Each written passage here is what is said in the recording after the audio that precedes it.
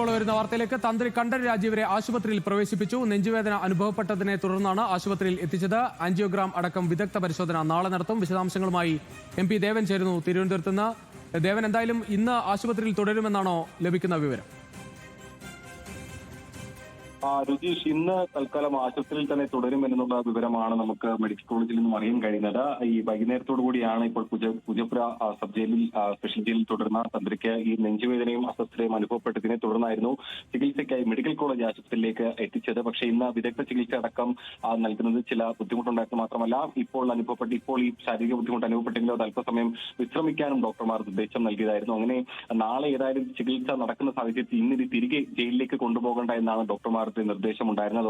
അതോടൊപ്പം തന്നെ ജയിൽ അധികാരികളും അത് തന്നെ സമ്മതിക്കുന്നത്. അതിനെ തുടർന്നാണ് ഇന്നിപ്പോൾ തന്ത്രി മെഡിക്കൽ കോളേജ് ആശുപത്രിയിൽ തന്നെ തുടരുന്നത്. നാളെ ആൻജിയോഗ്രാം അടക്കം വിദഗ്ധ ചികിത്സ നടത്താനാണ് ഇപ്പോൾ മെഡിക്കൽ ഉദ്യോഗസ്ഥരുടെ നേതൃത്വത്തിൽ ചേർന്ന യോഗം തീരുമാനമെടുത്തിരിക്കുന്നത്. സുജീഷ്.